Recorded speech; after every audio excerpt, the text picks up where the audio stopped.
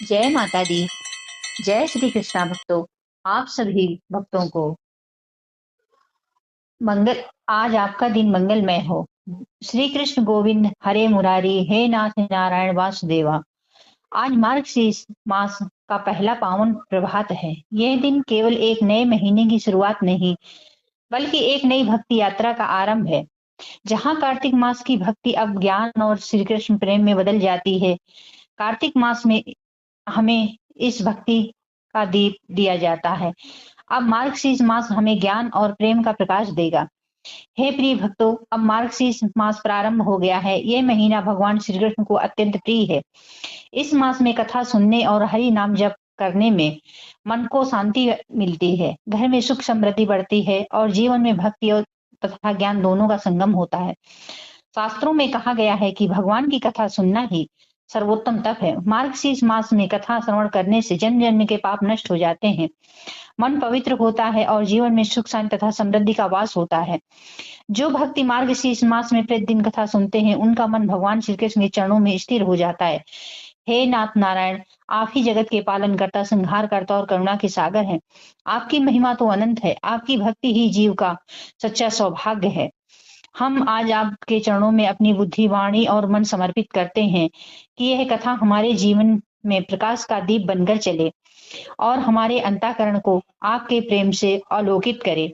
हे प्रिय भक्तों, तो अब हम सब मिलकर विघ्नहर्ता भगवान श्री गणेश जी का स्मरण करते हैं और आरंभ करते हैं मार्गशीर्ष मास की पहली कथा, जिसमें हमारे जीवन में हम भक्ति, शांति और ज्ञान का प्रकाश फैले। जय श्री गणेश। कथा का शुभारंभ श्री गणेश जी की अद्भुत कथा के साथ करेंगे। तो चलिए आज की कथा का शुभारंभ हम करते हैं। भगवान गणेश जी की पूजा देवताओं में सबसे पहले की जाती है, लेकिन बात उस समय की है जब उनका विवाह नहीं हो रहा था, क्योंकि कोई भी कन्या उनसे विवाह नहीं करना चाहती थी। क्योंकि एक तो गणेश जी का सिर हाथी का था, दूसरा उनका एक दांत भी टूटा हुआ था। इसलिए कोई भी कन्या उनसे विवाह करने के लिए तैयार नहीं हो रही थी। विवाह न हो पाने के कारण गणेश जी अत्यंत दुखी रहते थे। जब गणेश जी अन्य देवी देवताओं के विवाह में जाते तो उनसे अपने विवाह की बात याद आ जाती। दूसरे देवी देवताओं का विवाह होते देखकर गणेश जी इतने ज्यादा दुखी हो गए थे कि उन्होंने दूसरे देवी देवताओं के विवाह में जाना अड़चन लगता था। इसके बाद कार्य में सहायता करना और वाहन मूषक को भी उन्हें अरुचि होने लगी थी। गणेश जी के आदेश पर उनका वाहन मूषक देवी देवताओं के विवाह में जाता और उनके मंडप खराब कर देता था, जिस कारण विवाह में बाधा आ जाती थी। गणेश जी और मूषक इन शरारतों से सभी देवतागण परेशान हो गए। इसलिए एक बार सभी देवतागण मिलकर गणेश जी के पिता यानी महादेव जी के पास शिकायत करने गए, लेकिन शिव जी के पास भी इस समस्या का कोई समाधान नहीं था, इसलिए देवताओं की कोई सहायता नहीं कर पाए। तब भगवान शिव और माता पार्वती ने देवताओं को इतना कहा कि समस्या का हल तो केवल ब्रह्मा जी ही कर सकते हैं। महादेव देवी पार्वती की बात सुनकर सारे देवी देवता ब्रह्मा जी के पास गए। उस समय ब्रह्मा जी योग निद्रा में लीन थे। ब्रह्मा जी को योग में निद्रा में देखकर देवी देवताओं ने प्रार्थना की, जिसके फलस्वरूप ब्रह्मा जी के योग से रिद्धि सिद्धि नाम की दो पुत्रियां प्रकट हुई। क्योंकि रिद्धि सिद्धि ब्रह्मा जी के योग से उत्पन्न हुई, इसलिए रिद्धि सिद्धि का विवाह गणेश जी के साथ संपन्न किया गया और गणेश जी का विवाह हो गया। और भक्तों, यहीं से फिर चल गणेश जी ने सभी देवताओं के कार्य संपन्न करने की ठान ली। महादेव जी कहते हैं कि इसके बाद फिर चलिए सुनते हैं का अगहन मास की कथा। तो बने रहिए वीडियो में और सुनते हैं कार्तिक में जो भक्त हम इस मास में हरि नाम जपते हैं, श्री कृष्ण कथाओं को सुनते हैं या सुनाते हैं, उन्हें हजारों गुना फल प्राप्त होता है। उनके जीवन में प्रेम व शांति आनंद का स्थायी निवास हो जाता है। जय श्री कृष्णा। दामोदर जय नंद नंदन गोपाल। भक्तों, मार्गशीर्ष मास आता है तब केवल एक दिव्य स्मरण होता है। श्री दामोदर लीला जो स्वयं भगवान की अनोखी छवि का दर्शन कराती है। यह कथा केवल बाल क्रीड़ा नहीं कही जाती, बल्कि भक्ति, प्रेम और करुणामय स्वरूप का अद्भुत अनुभव है। आइए सुनते हैं दिव्य लीला जो वृंदावन की गलियों में थी, जहां प्रेम ही धर्म था और गोपियां स्वयं भक्ति का प्रतीक हैं। वृंदावन की उस शांत सुबह में जब गोकुल की गलियों में माखन की सुगंध महक रही थी, तब नंद बाबा के आंगन में एक अद्भुत दृश्य घटा। माँ यशोदा अपने नन्हे बालक को कृष्ण को दूध पिलाने बैठी थी। बालक श्री कृष्ण जिनके नयन कमल के समान थे और मुख पर मुस्कान खिली हुई थी, माँ की गोद में बैठे खेल रहे थे। तभी दूध उबलने लगा। यशोदा उठा उठकर उसे उतारने दौड़ी और श्री कृष्ण की आंखों में रोष और शरारत दोनों चमक उठे। उन्होंने सोचा, माँ ने मुझे बीच में छोड़ दिया, अब मैं उसे दिखाऊंगा कि मैं कौन हूँ। और इतने में वह उठे और दही मक्खन के बड़े बड़े घड़ों की ओर बढ़े और अपने नन्हे नन्हे हाथों से माखन निकाल कर खाने लगे। उनकी आंखें चमक रही थी, मुख पर मुस्कान और थी। जैसे ही यशोदा लौटी, उन्होंने यह दृश्य देखा कि माखन चारों ओर फैला है, घड़े टूटे पड़े हैं और नटखट गोपाल अपने नन्हे छोटे मित्र बंदरों को माखन बांट रहे हैं। माँ ने देखा तो क्रोध और प्रेम दोनों एक साथ आ गए। बोली, कन्हैया ये क्या कर रहे हो? श्री कृष्ण ने मासूम बनकर कहा, मैया मैंने तो कुछ नहीं किया, ये बंदर खा रहे हैं। यशोदा ने कहा, झूठ पकड़ा गया। और जैसे ही उन्होंने लाठी उठाई, श्री कृष्ण भागे। वह छोटे छोटे पांवों से दौड़ते हुए आंगन में घूमते रहे। माँ पीछे पीछे दौड़ती रही। वृंदावन की गोपियां यह दृश्य देखकर हंस रही थी। देखो, स्वयं ब्रह्मांड का स्वामी अपनी माँ को माँ से डरकर भाग रहा है, लेकिन यह भगवान की सबसे मधुर लीला थी। अतः यशोदा ने उन्हें पकड़ लिया और थकी हुई थी, पसीने से लथपथ होने पर उनकी आंखों में मातृत्व का तेज था। उन्होंने कृष्ण को बांधने का निश्चय किया। माँ यशोदा ने रस्सी उठाई और श्री कृष्ण को उखल से बांधने लगी, परंतु जो भी रस्सी उठाती वह एक अंगुल कम पड़ जाती थी। इस तरह वे परेशान हो गई। कोई भी रस्सी उन्हें बांधने का काम नहीं कर रही थी।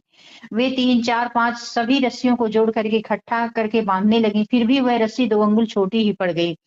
इस पर कृष्ण मुस्कुरा रहे थे। आखिर में यशोदा जी का हृदय करुणा से भर गया। उन्होंने थक कर भगवान से कहा, अब तो हे नंदलाल तू ही बंध जा, मैं नहीं बांध सकती। तभी दामोदर बंध गए।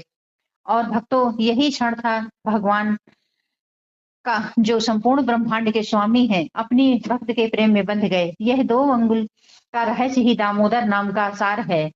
यह एक अंगुल भक्त का प्रयास और दूसरी अंगुल भगवान की कृपा, जब दोनों मिल जाएं तभी भगवान बनते हैं। माँ यशोदा ने उन्हें उखल से बांध दिया और अपने कार्य में लग गए। श्री कृष्ण उखल से बंधे रेंगते रेंगते आंगन के बाहर निकल गए। वहां दो बड़े बड़े अर्जुन के पेड़ वृक्ष खड़े थे। वे वास्तव में नल कुबेर और मणिग्रीव थे, जो कुबेर के पुत्र थे। गर्व और अहंकार से भरे देव कुमार पहले एक बार नारद मुनि के श्राप से वृक्ष बन गए थे।